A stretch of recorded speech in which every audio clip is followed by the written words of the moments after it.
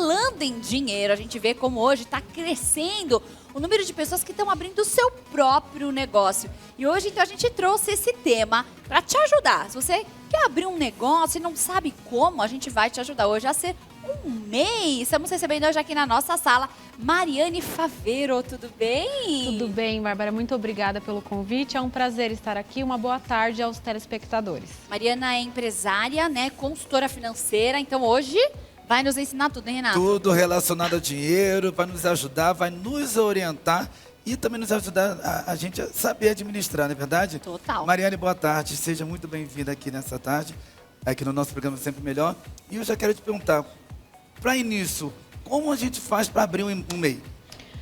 Bom, o MEI, ele aconteceu em 2008, né? Surgiu essa questão do MEI como uma forma, né, de desburocratizar o empreendedorismo, trazendo benefício para o empresário que quer alavancar o seu negócio, crescer. Então, hoje é muito prático, né? De uma forma muito prática, você consegue abrir o seu MEI, tendo alguns cuidados. O que acontece? Tem vários sites, se você colocar lá no Google, quero abrir um MEI, por exemplo, você pode cair em um site onde ele vai te cobrar uma taxa para abrir essa empresa. Então, cuidado, porque não é cobrado nenhuma taxa para fazer a abertura do MEI. Então, cuidado com a fonte que você vai colocar isso para que você não pague uma taxa e aí nem abre o MEI, é uma fraude, né? Uma forma de fraude que eles fazem. Então, tem que ter esse cuidado. A forma de abrir o MEI de uma forma segura, o site oficial de se abrir o MEI, é pelo site do próprio governo federal. Então, se você colocar lá, quero ser MEI, só presta atenção, né, na fonte de pesquisa de ser um site lá, .gov no final, sempre vai ser dessa forma. Você mesmo pode abrir, é muito prático, é muito tranquilo de você fazer essa abertura do MEI, mas tem outras questões que são necessárias também quando se pensa, né, numa empresa. Então, o MEI você abre de uma forma fácil, mas é necessário também pensar na inscrição municipal, por exemplo. A inscrição municipal é o que vai te dar acesso, né, à emissão de nota fiscal. Então, se você não abre isso, aí você não consegue emitir nota fiscal. Então, tem que ter esses cuidados, né, entender esse passo a passo e fazer direitinho. O MEI tem um limite, é isso, para você ser um MEI. Passando desse limite, que eu ganho anual, aí eu mudo para essa nota que você falou, que eu já começo a pagar o imposto maior. Explique então para a gente primeiro a diferença, então, de um MEI e de uma outra pessoa que tem um CNPJ, que ela começa a pagar aí um imposto maior. Tá. Qual é a vantagem, né, do MEI? Você paga uma única guia, então são vários impostos dentro de uma única guia. E essas tributações, elas são reduzidas. Então, é vantagem você permanecer no MEI enquanto você puder. Mas tem esse limite de faturamento, você pode faturar anualmente R$81 mil, né, dentro do MEI. Existe uma lei que está em aprovação, né, que passa esse valor a 130 mil. Isso aí ajuda a enquadrar... Já aumentou um pouquinho, né? Porque não era 60, Era menos, já tem um tempo que aumentou para esses 81, mas está em fase, né, desse aumento para 130 mil. Mas o que acontece? Você tem que emitir essas notas, né, fazer esse limite de R$81 mil. E se eu passar desse limite, o que acontece? Qual é o problema de se passar? As pessoas já se assustam. Mas eu não posso passar, eu faturo muito mais do que isso. Até 20%, se você passa até 20% desse valor de faturamento, você consegue ainda permanecer no MEI. Você vai pagar uma multa porque você ultrapassou, mas você não se desenquadra do MEI. No ano seguinte, você consegue voltar, né, ao MEI. Mas se você vê que realmente, minha empresa está crescendo, realmente vou passar até desses 20%, né, que dá 97 mil, aí você vai ter que se enquadrar num outro limite de tributação. Aí são outras questões, né, que envolvem. O imposto é sempre pago maior, é mais burocrático, não é uma única guia, são várias guias separadas que você tem que pagar. Aí você vai ter a necessidade de um contador, então tem as suas vantagens e desvantagens, mas eu penso que é sempre bom crescer. O MEI não precisa, então, ter um contador, eu não preciso ter um contador. Obrigatoriamente não, tá. Mas tem as suas vantagens em ter. né? Ah. Ter um contador tem lá as suas vantagens. E na hora do imposto, por exemplo, na hora que você vai fazer seu imposto de renda, o MEI ali, ele se enquadra como isento se ele está nesse valor de 80 e pouquinho? Não, ele já começa... Ele tem que fazer a sua declaração anual, mas é bem tranquilo, até quando não tem um contador, no próprio site a pessoa consegue fazer, é quase que preenchido automaticamente lá, de acordo com as notas que foram emitidas, né? Entendi. Legal. E, Mariane, o MEI pode-se ter funcionários? Pode, né? Você pode ter um funcionário apenas. Você não consegue ter mais do que um funcionário registrado. Então, até um funcionário você consegue sim registrar, dar os benefícios. Tem a vantagem de você conseguir pagar um plano de saúde, por exemplo, seguro de vida para esse funcionário. Tem várias questões, mas apenas um funcionário. Se você precisa registrar mais de um, aí você não consegue estar enquadrado dentro do MEI. E de acordo com o aumento de faturamento, você tinha acabado de falar agora aqui a respeito de contador. Conforme for aumentando o faturamento, não vai ser necessário o uso de um contador também? Sim. Até mesmo acerca de fazer declaração, de imposto de renda, essas coisas? Saindo do MEI, se você se desenquadra do MEI, aí é muito importante você realmente ter o contador, porque tem uma série de coisas que é só a título do que eles têm, as especializações que eles têm, para realmente conseguir fazer o que é necessário fazer, de livro caixa, todos os impostos que tem que ser pagos, emitir essas guias. Tem gente que pega para fazer, né? Fala, eu vou fazer porque eu não vou pagar o contador, mas eu penso que no momento que você deixa um especialista cuidar daquilo que é necessário, você tem mais tempo para cuidar do seu negócio, para vender, para fazer o seu negócio realmente crescer. Então, é muito importante o apoio do contador, principalmente quando sai do MEI e vai para um outro tempo de faturamento e tributação. O MEI, por exemplo, eu posso ter mais de uma atividade? Ou não? Eu tenho que ter uma atividade específica para ser MEI? Tem uma atividade principal e outras que são paralelas que você pode incluir, né? Mas tem que ter... tem algumas atividades que não pode ser MEI, por exemplo, dentista, médico, advogado, eles não podem abrir MEI, são atividades, né, que são mais restritas a esse tipo de empresa e de tributação. Mas tem mais de 500 atividades que são aceitas dentro do MEI. Olha, Bastante, né? Bastante. Qual que é, assim, a principal hoje? Acho que deve ser os pequenos empreendedores, né? Sim. Roupa, falaram que foi um absurdo, loja de roupa, né? O que abriu de MEI. Até estava assistindo a moça anteriormente, ela falou que nasceu na pandemia, né? O negócio. Muitos negócios nasceram na pandemia. E para ter uma ideia do volume disso, hoje, a cada 2 segundos nasce um MEI. Uau, 2 segundos? 2 segundos. Então, Só no tempo da entrevista. Só no tempo da entrevista Nas- aqui, imagina, são quase 20 minutos entrevistando, já está nascendo quantos MEI? Muita gente Muitos. começando um novo negócio. Porque são vários benefícios, né, de você se legalizar, né? Antes era tudo muito burocrático, era tudo muito custoso. Mas eu vou abrir uma empresa, eu vou pagar muito imposto, minha margem de lucro vai diminuir. E com o MEI, isso caiu por terra. Porque... É uma taxa única? Tem um valor... você sabe me dizer o valor? Então, ele varia de acordo com a atividade, mas gira em torno de R$60. 61, 65, aí depende de... Por mês, isso? Por mês, Por mês. tá? Mas qual é a grande questão do MEI? Dessa taxa, cerca de R$2 é pago de imposto, de fato. O restante, você está contribuindo com o INSS.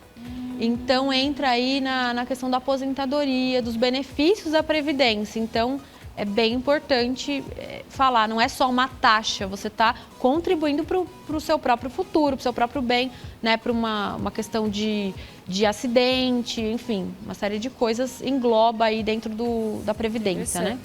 E falando acerca da aposentadoria, como que funciona a aposentadoria para quem tem MEI? Tá. A aposentadoria dentro desse valor, né, que eu falei, a grande parte desse valor ele é pago para a contribuição do INSS. Aí vai englobar a aposentadoria e vai englobar também auxílio maternidade, por exemplo, auxílio doença, uma série de coisas que é de extrema importância que você tenha ali uma segurança dentro do seu negócio.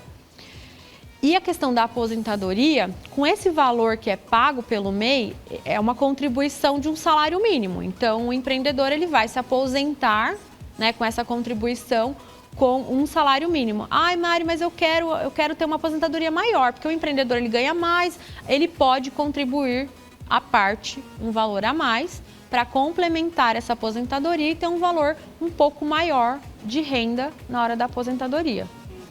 Mas é uma das grandes vantagens aí, né, do MEI, por conta dessa questão da aposentadoria, porque o brasileiro muito pouco pensa, né, em aposentadoria, em futuro, acaba pensando mais no hoje. Então, a importância de guardar dinheiro acaba que obrigatoriamente está guardando, né, por conta da taxa. Antigamente também todo mundo era CLT, né? Hoje todo mundo tem o seu CNPJ, né? Então, hoje mudou-se muito a realidade, né, do nosso país, de tudo, né? Eu costumo falar que antigamente era muito CPF que eram criados, né, muitos filhos, as famílias tinham muitos filhos e pouquíssimo CNPJ. Ser empresário era uma coisa assim de outro mundo.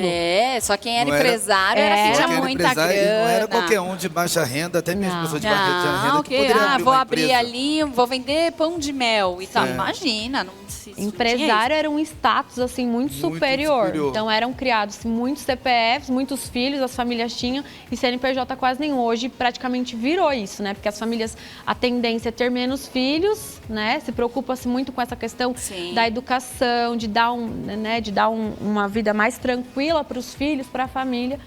E aí os CNPJs, como eu falei, a cada 2 segundos está nascendo um MEI. A cada 2 segundos, Renato. É muito forte isso, né? Muita gente. E Mariane, uma pessoa que já tem um MEI, ela pode usar o CNPJ fora do país?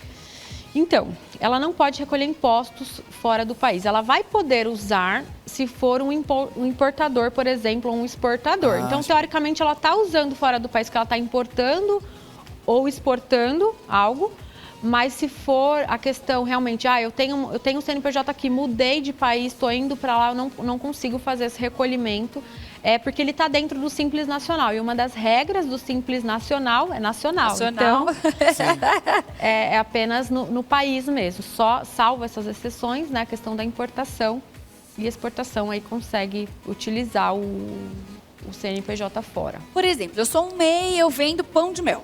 E aí um cliente meu quer uma nota fiscal. Eu consigo emitir? Consegue, desde que você tenha a inscrição municipal, que é o que eu falei. Quando você abre um MEI, você abre automaticamente pelo site e consegue lá utilizar o seu MEI. Já sai o seu CNPJ na hora, todos os dados ali de relevância para o seu negócio.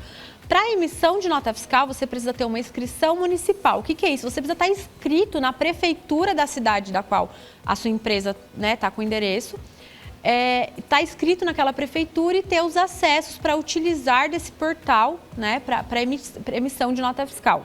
Em São Paulo, exclusivamente, isso é aberto automaticamente. Você não precisa ir lá na prefeitura. Você abre o MEI no site e isso acontece de forma automática, a inscrição municipal, perdão. Já em outras cidades, você tem que ir na prefeitura, você tem que verificar quais os trâmites para abrir, porque cada prefeitura leva um certo checklist do que é necessário. Tem prefeitura que precisa do habite, tem prefeitura que precisa da planta, do imóvel, mesmo que seja serviço. Falar, mas eu vou ficar dentro da minha casa, do meu escritório, não vou receber ninguém, eu preciso de ter toda essa parte burocrática.